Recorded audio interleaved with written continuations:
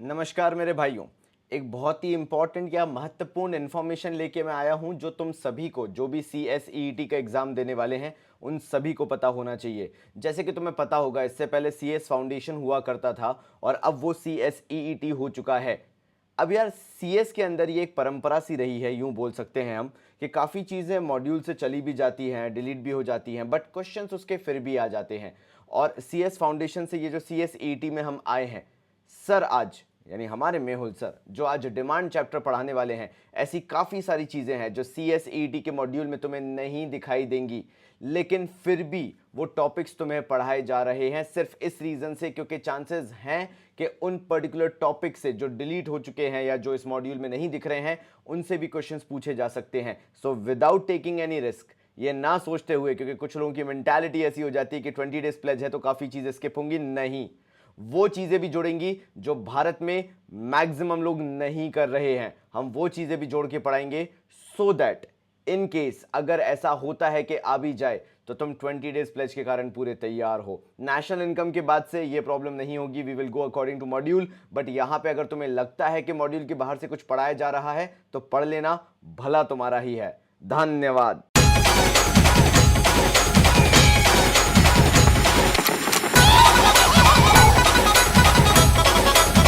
आज के इस 20 डेज प्लेज में जो चैप्टर हम लोग डिस्कस करने वाले हैं वो एग्जाम पॉइंट ऑफ व्यू से बहुत ज्यादा वेटेज रखता है।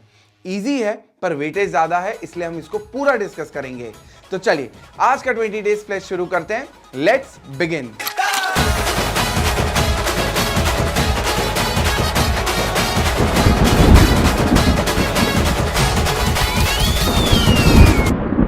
जब हमारा एक दोस्त आईफोन खरीदता है तो हमें भी इच्छा होती है कि आईफोन खरीदे।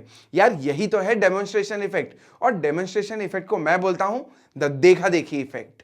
मैं CA मेहुल देसाई एक और वीडियो लेके आ गया हूं इस 20 डेज प्लेज में। आज जो चैप्टर हम लोग डिस्कस कर रहे हैं वो है डिमांड एनालिसिस। डिमांड एनालिसिस जो चैप्टर है वो इजी तो है पर वेटेज बहुत ज्यादा है। पर यार लोड क्यों ले रहे हो, मिलके साथ में ये चैप्टर पूरा A to Z डिस्कस करेंगे। तो दोस्तों 20 डेज प्लेज की सीरीज में हम लोगों ने एक नई चीज चालू करी है। हम हर एक चैप्टर के जितने भी टॉपिक्स हैं उसको 3 कैटेगरी में डिवाइड करते हैं। तो सबसे पहली कैटेगरी है मेरी ग्रीन कैटेगरी, जहां पे टॉपिक इजी है और क्वेश्चन आने के चांसेस जरा से कम है। तो ये है 1 स्टार कैटेगरी जो है ग्रीन स्टार कैटेगरी। एंड दोस्तों ये है मेरी second category which is known as the yellow category, and ये है 3 स्टार कैटेगरी। यहाँ पे टॉपिक इजी है, क्वेश्चंस डायरेक्टली पूछे जाएंगे, पर यहाँ पे क्वेश्चन आने के चांसेस तनिक ज्यादा है। एंड दोस्तों फाइनली बात कर लेते हैं हमारी रेड जोन कैटेगरी की। ये है द 5 स्टार कैटेगरी। मतलब यहां पे जो टॉपिक्स हैं ये लोगों को बड़े टिपिकल लगते हैं। मतलब यहां पे जो टॉपिक है ये लोगों को तनिक डिफिकल्ट लगते हैं। पर आज मैं ये तुम्हारा जो मिसकंसेप्शन है कि ये टॉपिक्स डिफिकल्ट है, ये मैं जरा दूर करना चाहूंगा। तो ये है 5 स्टार कैटेगरी जहां पे क्वेश्चंस को ट्विस्ट करके पूछा जाता है, इनडायरेक्टली पूछा जाता है। पर एक बार ये सारे टॉपिक मेरे साथ डिस्कस कर लिए तो कोई कितना ही ट्विस्ट कर ले तुम्हें दिक्कत नहीं आने वाली। तो दोस्तों पहला जो टॉपिक है ये है बहुत ही इजी टॉपिक, डिमांड का बेसिक मीनिंग। तो यार हम सब लोग समझते हैं कि डिमांड का मतलब जब एक बायर कोई गुड्स खरीदने की इच्छा रखता है। पर यहां पे मैं सिर्फ इतना ही क्लियर करना चाहूंगा कि डिमांड का मतलब ये नहीं है कि आप एक्चुअली कोई चीज जाके खरीदो। सिर्फ विलिंगनेस टू बाय, इससे डिमांड बन जाती है। तो डिमांड की डेफिनेशन में बाकी सारी चीजें तो मैं ऑलरेडी पता है, ये एक बहुत ही इजी टॉपिक है तो हम इस पे ज्यादा टाइम इन्वेस्ट नहीं करेंगे। पर फिर भी मैं एक डिफरेंस यहां पे क्लियर कर दूं कि डिमांड का मतलब बायर एक्चुअली प्रोडक्ट खरीदे ये जरूरी नहीं है, जरूरी है विलिंगनेस टू बाय। तो हमें क्या याद रखना है, विलिंगनेस टू बाय। नेक्स्ट जो है दोस्तों वो है इफेक्टिव डिमांड। कब बोला जाएगा कि किसी प्रोडक्ट के लिए एक इफेक्टिव डिमांड एग्जिस्ट करती है? तो सबसे पहली चीज है डिजायर फॉर अ कमोडिटी। अगर मुझे कोई प्रोडक्ट खरीदने की इच्छा ही नहीं है तो फिर डिमांड का की। इसके बाद जो टॉपिक है वो है इफेक्टिव डिमांड। तो यार किसी भी प्रोडक्ट के लिए इफेक्टिव डिमांड है, ये कब माना जाएगा? तो यार सबसे पहली कंडीशन इफेक्टिव डिमांड होने के लिए ये है डिजायर फॉर अ कमोडिटी, मतलब उस प्रोडक्ट को खरीदने की इच्छा। तो अगर मैं बात करूं नैनो कार की, मेरी तो बिल्कुल इच्छा नहीं है यार कि मैं नैनो कार खरीदूं। क्यों खरीदूं? मेरे पास ऑलरेडी i20 है, तो मैं क्यों खरीदूंगा? इच्छा रखनी है तो मैं मर्सिडीज की ना रखूं। तो नैनो कार खरीदने की मेरी बिल्कुल भी इच्छा नहीं है, तो क्या इसकी इफेक्टिव डिमांड बनेगी? बिल्कुल भी नहीं। तो पहला पॉइंट क्या है दोस्तों यहाँ पे? Desire for a commodity. Next है दोस्तों, यार इच्छा से क्या होता है? इच्छा तो मेरी ताजमहल खरीदने की भी है, पर मेरी बीवी है कि छोड़ो। चल, तो बात क्या कर रहा था मैं कि सिर्फ इच्छा होने से कुछ नहीं होता। डिजायर फॉर अ कमोडिटी अकेली अगर है तो उससे इफेक्टिव डिमांड नहीं बनेगी। इफेक्टिव डिमांड होने के लिए आपके पास पैसा होना चाहिए। तो इसको मैं बोलूंगा मींस टू परचेज या फिर रिसोर्सेज टू परचेज। मतलब उस प्रोडक्ट को खरीदने के लिए आपके पास ऐसा कोई मीडियम होना चाहिए, कोई मोड होना चाहिए जिसके थ्रू आप ये प्रोडक्ट खरीद सकते हो। मतलब यहां पे बात चल रही है पैसों की। दोस्तों, इच्छा है, पैसा है, तो भी इफेक्टिव डिमांड कंप्लीट नहीं होती, क्योंकि पैसा होने से कुछ नहीं होता दोस्त। जिगर चाहिए पैसा खर्च करने का। तो अगर मेरे पास बहुत पैसा है पर मैं एकदम चिंदी हूं, मैं बिल्कुल खर्चा नहीं करना चाहता, तो फिर इफेक्टिव डिमांड नहीं बनेगी। नेक्स्ट और लास्ट जो कंडीशन है दोस्तों, मेरी इच्छा है किसी प्रोडक्ट को खरीदने की, मेरे पास पैसा भी है और मैं एकदम दिलफेक आदमी हूं, मैं पैसा खर्च करने का जिगर भी रखता हूं, पर प्रोडक्ट ही अवेलेबल नहीं है, तो फिर कैसे खरीदूंगा? मतलब लास्ट जो कंडीशन है इफेक्टिव डिमांड के लिए कि आप जो प्रोडक्ट खरीदने की इच्छा रख रहे हो, आपके पास पैसा है, आप पैसा खर्च भी करना चाहते हो, तो प्रोडक्ट भी तो अवेलेबल हो मार्केट में। तो अवेलेबिलिटी ऑफ प्रोडक्ट ये बहुत ज्यादा इंपॉर्टेंट है। और अवेलेबिलिटी करेक्ट प्राइस पे होना चाहिए, अवेलेबिलिटी करेक्ट प्लेस पे होना चाहिए, एंड दोस्तों अवेलेबिलिटी करेक्ट टाइम पे होना चाहिए। तो correct price, correct place and correct time अगर इस पे अवेलेबल है गुड, तब जाके एक इफेक्टिव डिमांड बनती है। तो इफेक्टिव डिमांड में जल्दी से बोलो क्या क्या है? पहला डिजायर फॉर अ कमोडिटी, दूसरा परचेजिंग पावर मतलब मींस टू परचेज, तीसरा विलिंगनेस टू स्पेंड, और चौथा availability of the product at right price, right place and right time. Next दोस्तों, एक बहुत ही इंपॉर्टेंट पॉइंट मैं बताना चाहूंगा डिमांड के बारे में। डिमांड का मेजरमेंट जब भी आप करते हो तो ये गिवन पीरियड ऑफ टाइम पे मेजर करते हो। मतलब डिमांड कभी भी एक पर्टिकुलर पॉइंट ऑफ टाइम पे बात नहीं होती कि आज 10 बजे डिमांड कितनी है, ऐसी बात नहीं होगी। डिमांड कैलकुलेट होती है एक महीने भर की, एक साल भर की, 6 महीने की या 3 महीने की। तो जब भी डिमांड का कैलकुलेशन होता है, मेजरमेंट होता है, तो वो एक गिवन पीरियड ऑफ टाइम में होता है।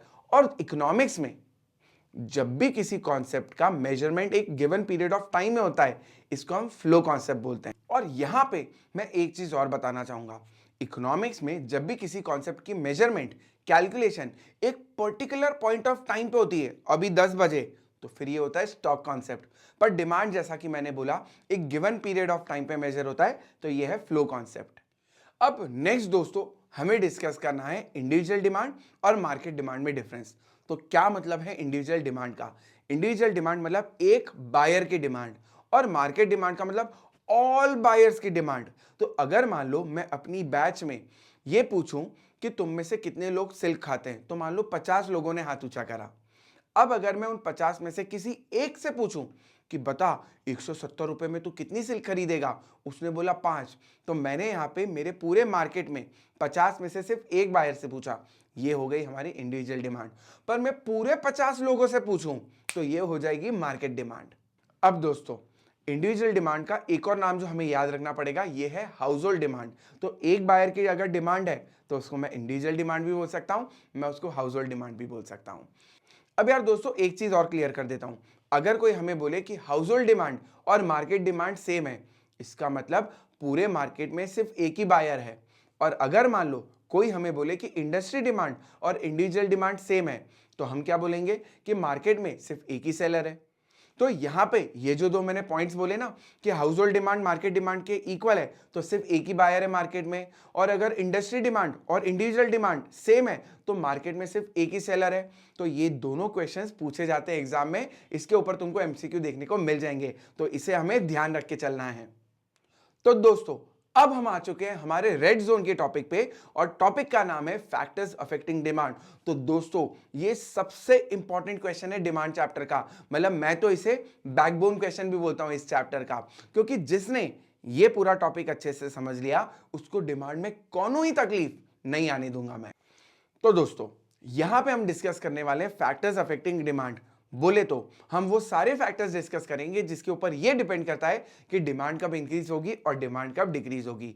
तो सबसे पहले बात कर लेते हैं, पहला फैक्टर हमारा पीएक्स, जिसका नाम है प्राइस ऑफ सेम कमोडिटी। और ये तो यार कोई बच्चा ही बता देगा कि अगर किसी प्रोडक्ट के प्राइस बढ़ेंगे तो ज्यादा खरीदोगे या कम। करेक्ट, कम खरीदेंगे, क्योंकि प्राइस बढ़ गई, ज्यादा प्राइस पे करना पड़ रहा है, तो बायर तो बेचारा दुखी हो जाएगा इस चीज से। तो जब भी किसी प्रोडक्ट के प्राइस बढ़ेंगे तो उसकी क्वांटिटी डिमांडेड कम होगी, और प्राइस कम होगी तो क्वांटिटी डिमांडेड बढ़ेगी। सिंपल है, जल्दी से नोट डाउन कर लेते हैं, x price of same commodity. तो अब बात कर लेते हैं सेकेंड पॉइंट पीआर के बारे में, which is known as price of related goods. तो यार इस पॉइंट को एक्सप्लेन करने के पहले ये डिस्कस करते हैं कि what do you mean by related goods. तो रिलेटेड गुड्स का मतलब ये है कि जब एक प्रोडक्ट की प्राइस में चेंज होने की वजह से दूसरे प्रोडक्ट की क्वांटिटी पे असर पड़े, तो बॉस इनमें कोई कनेक्शन है। और मान लो अगर दो प्रोडक्ट ऐसे हैं कि इसकी प्राइस में चेंज होने की वजह से इसके कौनों ही फर्क नहीं पड़ता, तो फिर काय का कनेक्शन, फिर काय का रिलेशन, फिर ये अनरिलेटेड है। तो गुड्स रिलेटेड कब बोले जाएंगे दोस्तों, सुनना एक बार ध्यान से।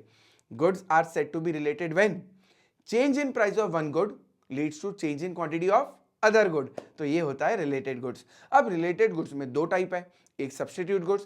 अब सब्स्टिट्यूट गुड्स का मतलब क्या है? सब्स्टिट्यूट गुड्स मतलब वो गुड्स जो एक दूसरे की जगह यूज होते हैं, use in place of each other.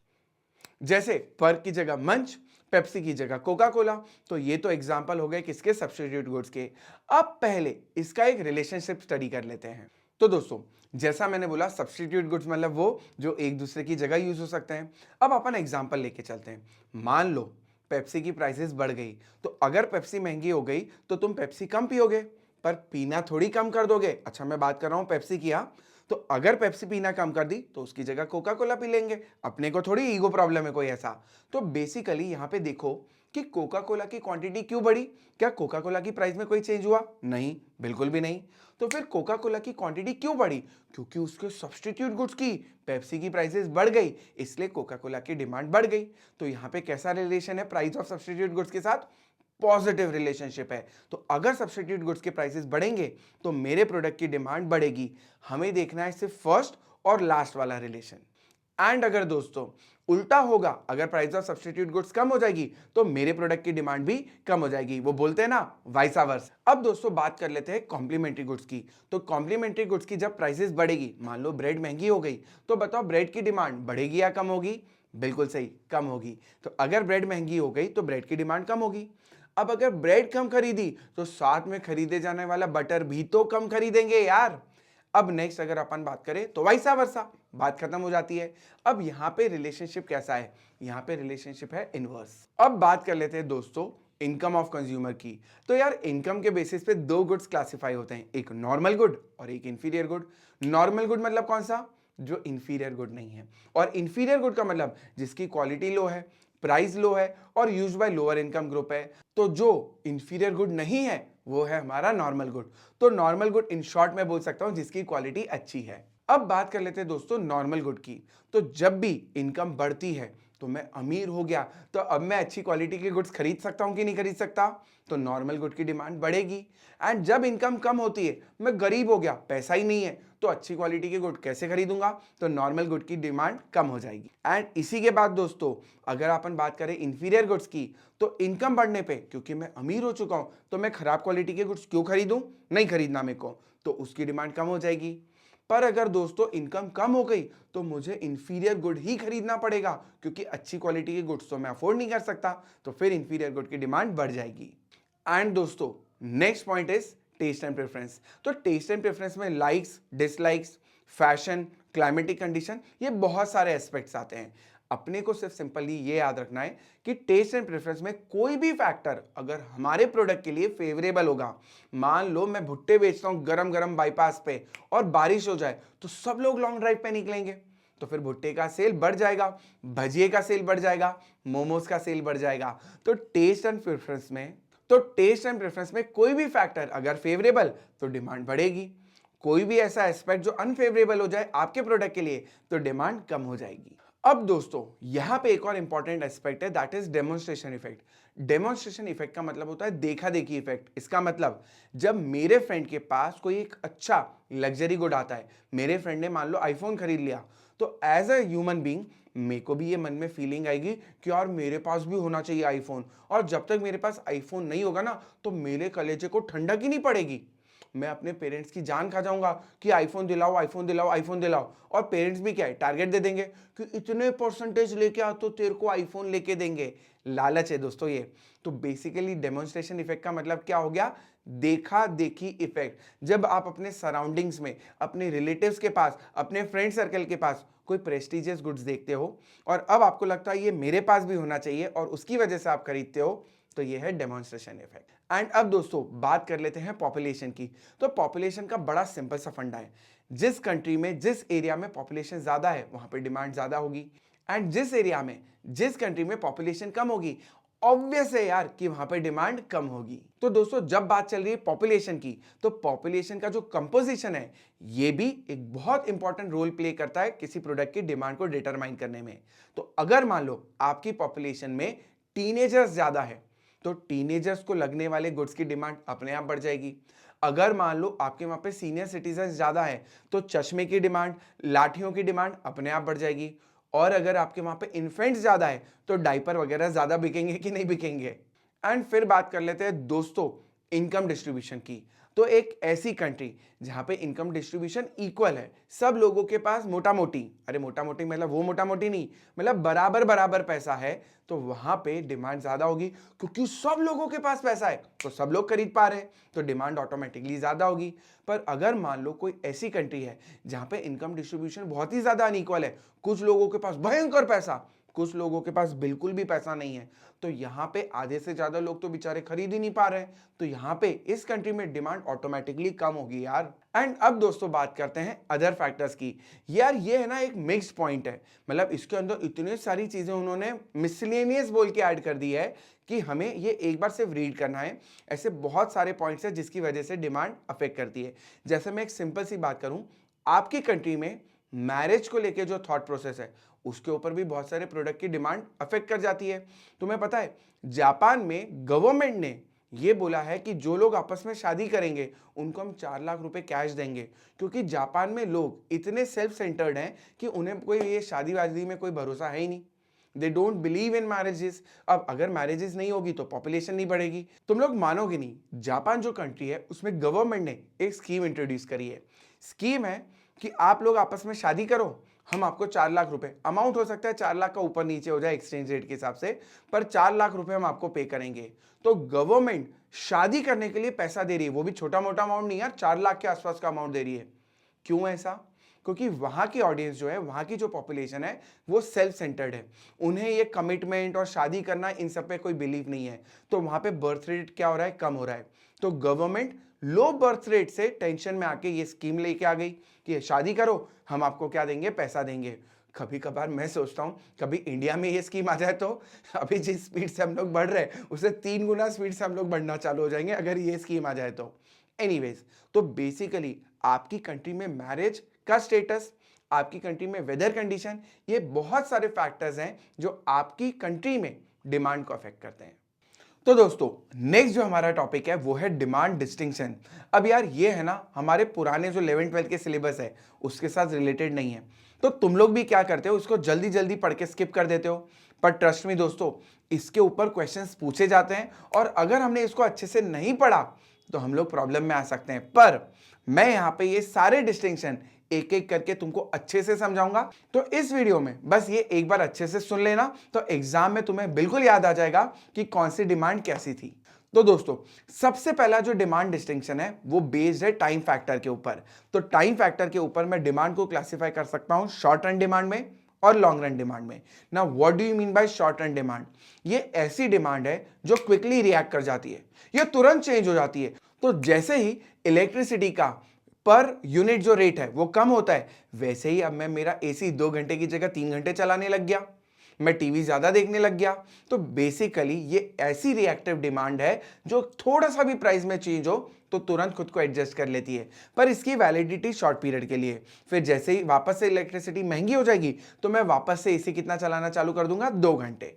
And दोस्तों जो लॉन्ग रन डिमांड है ये वो डिमांड है जिसको एडजस्ट होने में टाइम लगता है। मतलब अगर अभी टेम्पररी इलेक्ट्रिसिटी के रेट चेंज हुए तो इसकी डिमांड चेंज नहीं होगी। पर अगर मान लो परमानेंट बेसिस पे इलेक्ट्रिसिटी सस्ती हो जाए तो ऐसे लोग जो पहले गैस गीजर यूज कर रहे थे अब वो भी इलेक्ट्रिक गीजर पे शिफ्ट हो जाएंगे।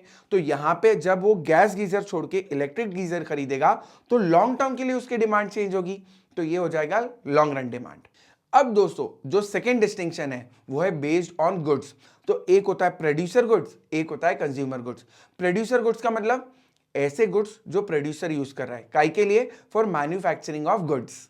इसका मतलब दोस्तों जब एक मशीनरी एक प्रोड्यूसर यूज कर रहा है तो वो हो गया प्रोड्यूसर गुड्स। तो एंड यूजर कौन है? अगर एक मैन्युफैक्चरर एक प्रोड्यूसर इसको खरीद रहा है तो ये हो जाएगा प्रोड्यूसर गुड्स।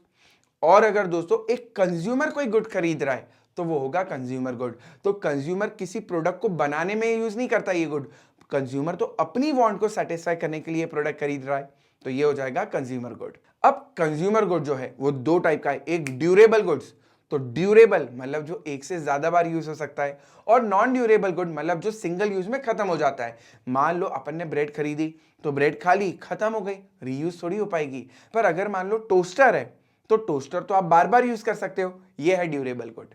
एंड दोस्तों डिपेंडेंसी के ऊपर जो गुड्स का क्लासिफिकेशन वो है डिराइव गुड्स और ऑटोनॉमस गुड्स। तो basically what do you mean by derive goods या डिराइव डिमांड? डिराइव डिमांड का मतलब है दोस्तों ऐसे गुड्स जिसकी डिमांड डिपेंडेंट है फिनिश गुड्स की डिमांड के ऊपर।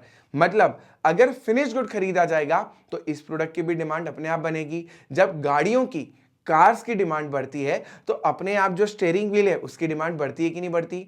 अगर सैंडविच की डिमांड बढ़ेगी तो ब्रेड की डिमांड अपने आप बढ़ेगी।